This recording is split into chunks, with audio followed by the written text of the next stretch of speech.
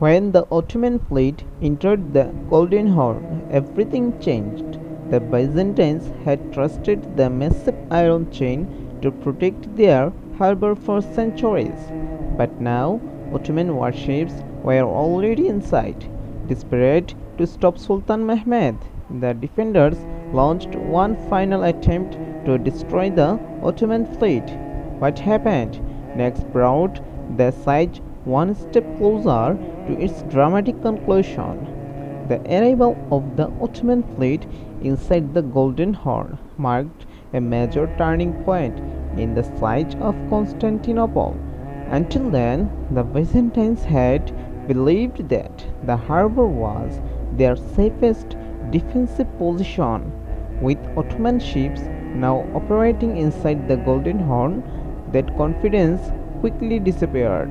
Emperor Constantine XI and his military advisors understood that allowing the Ottoman fleet to remain there would make the city's defense even more difficult.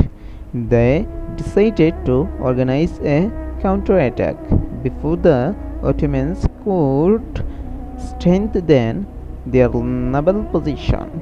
According to historical sources, the Byzantine defenders, together with Venetian and Genoese sailors, planned a night attack against the Ottoman fleet. Their objective was to set the Ottoman ships on fire and destroy them before they could play a greater role in the siege. However, the operation did not succeed. Contemporary and later historical accounts indicate that the Ottomans were prepared for the attack. As the Byzantine ships approached, Ottoman defenders responded quickly. A fierce battle took place in the waters of the Golden Horn as arrows, artillery, and naval forces clashed. Instead of destroying the Ottoman fleet, the attackers suffered heavy losses.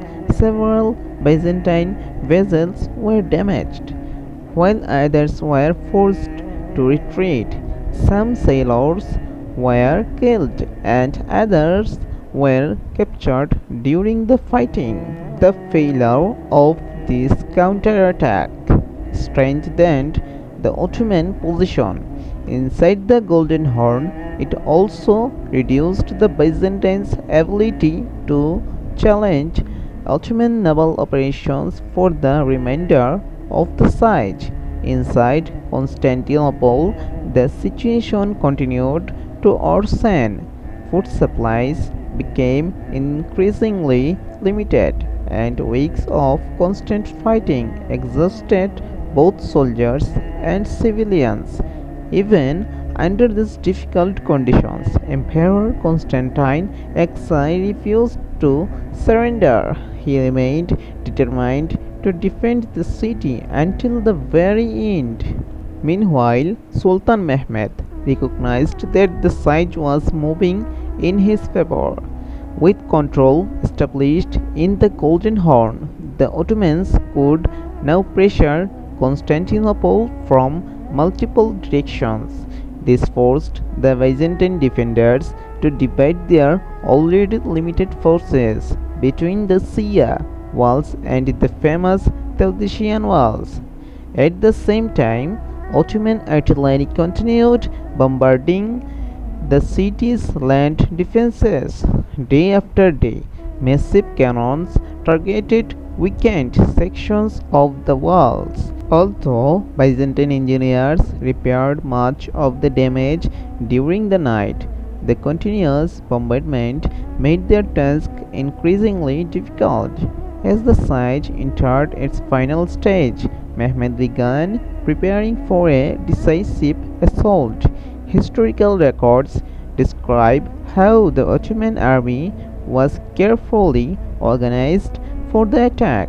Infantry units, cavalry, artillery crews, and the elite janissaries were all assigned specific roles. Every part of the army was expected to work together during the final assault. Mehmed also encouraged his soldiers before the coming battle, reminding them of the importance of capturing Constantinople. Inside the city, Emperor Constantine XI likewise addressed his defenders, urging them to protect their capital despite the overwhelming odds. By late May 1453, both sides understood that the siege was approaching its conclusion. The next battle would determine not only the future of Constantinople but also the future of two great empires. Thank you for watching this authentic historical documentary. If you enjoyed this episode, please like, share, and subscribe to MG Stories Creation. In the next episode, we will explore the final assault on Constantinople and the last stand of Emperor Constantine XI. Assalamu alaikum. See you in the next documentary.